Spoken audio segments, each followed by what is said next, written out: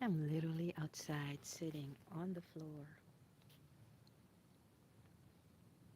Do you know how many, I don't know, hundreds or thousands of hours I have spent sitting at night or daytime somewhere in nature or somewhere in a quiet space? Sometimes, if I'm downtown Atlanta, I'll still find a quiet space. And how many nights, sometimes till 4 or 5, 6 a.m., I would sit by myself. Ha! But not by myself. I would talk to God. Just look at the sky and talk to Him. I mean, about everything.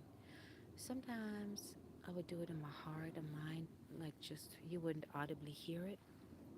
But sometimes I get so deep into it, I would speak to Him loudly. I'd be like, but Lord, why is this and why is that? And why can't I understand this and that? I just get so much into it and I'm so focused on the conversation that one time it was a guy parked in a car, and I would walk back and forth, talk to the Lord. I didn't even see him. I would talk loudly with the Lord. And he was just looking at me like, what is she doing?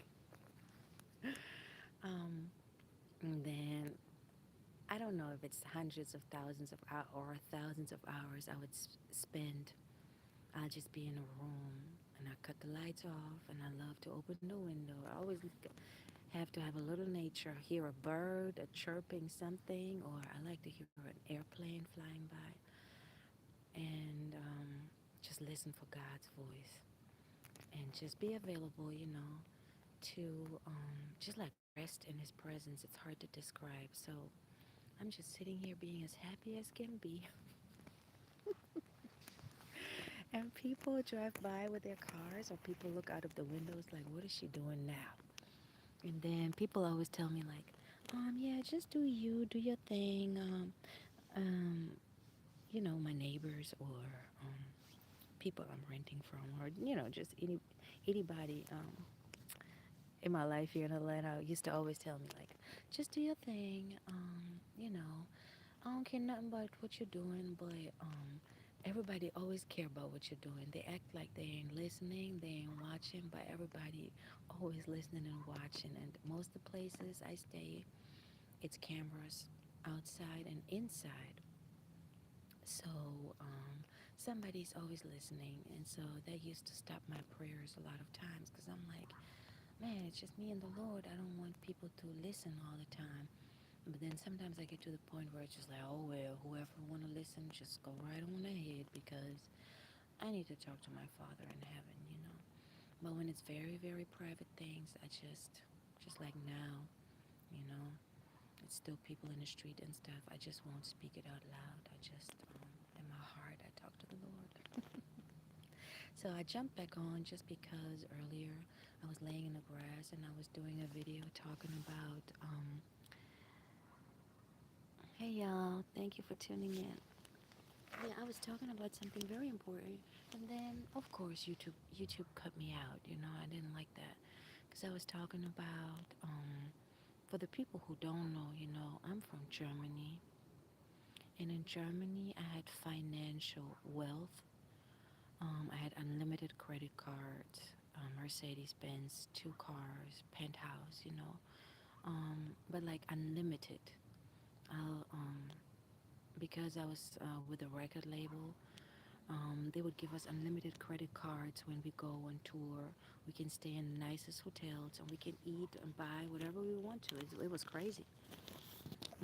So I was very much used to a lifestyle that's, financial freedom. But I would be very, very unhappy and sad all the time because of a lot of different things.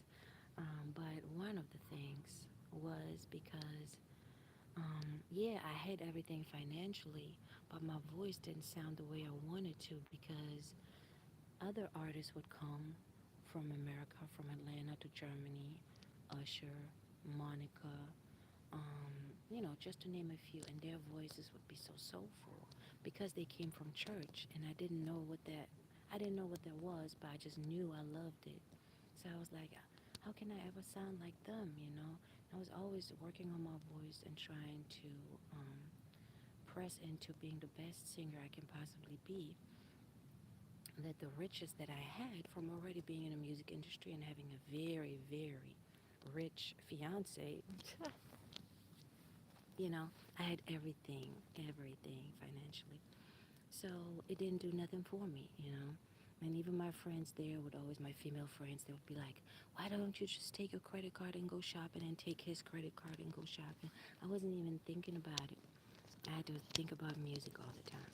So earlier, I don't have much battery left, so let me cut it short. So earlier, I was making a video and I was telling you guys how now, I'm on the bus.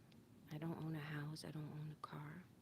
I don't, and this is already, now that I'm filming, this is already the luxury version of my American life. A few years ago, I would not have $1 in my pocket. I could not even buy food. Sometimes I would have 40 cents to buy some peanuts for one day. And sometimes I had no place to stay. Well, not sometimes, a lot of times. So the way I am now, that I have money for food and I can have money for the bus, that's already the American luxury version of my life here. But in Germany, like I said, I had financially unlimited credit cards.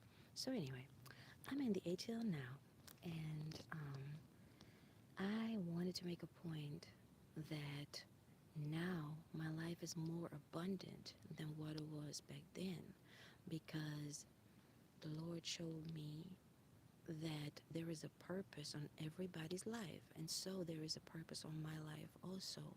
And so the closer I have gotten to the Lord through all the obstacles and the hard times that I have been through, unfortunately, um, I have gotten closer to the Lord, and He has been teaching me about the gifts and about how He creates every person specifically for a purpose, and how much He loves us. Like, He knows how every one of us is created. He knows how many hairs we have on our head. He knows everything about us, and He created us, I'm going to say, with love. So that's so exciting. So as I am walking out the purpose now, my life is way more abundant. It is abundant in peace and in joy, and like the connection I make, like yesterday. Let me see how much battery I have.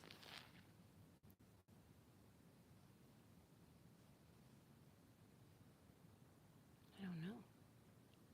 How do you know?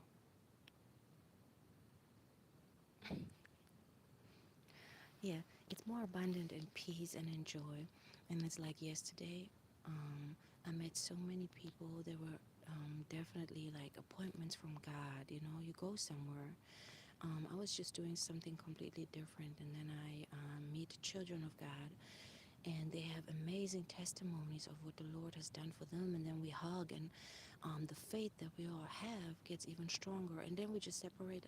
Everybody goes their own way. They got on a plane. I don't know if I'll ever see them again.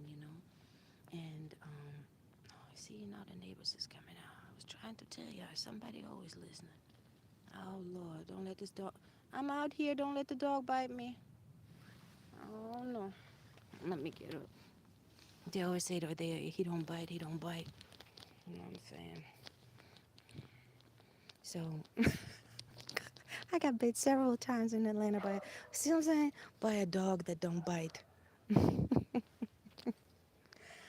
So, dang it, dang it. Somebody's always interrupting me. So my life is like filled with so much peace and passion, right? That that I can truly say, I feel that my life is abundant in peace, joy, and passion. Just the way I flow through the entire day. Um, all right, y'all. It's okay. Oh, thank y'all. I'm trying to describe how passionate I am about living for the Lord. Something happens now. Two dogs that had came out. You know what? But at least I have witnesses if something go down.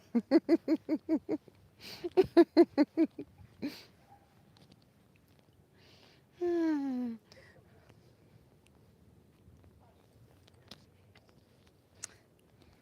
But yeah, God is amazing. This is not the last time I'm live, so I ain't even gonna worry about it.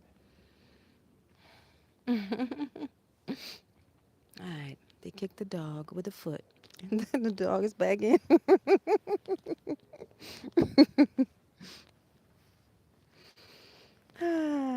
So yeah, my life has changed drastically, but y'all, I'm blessed because today I got me some good food, and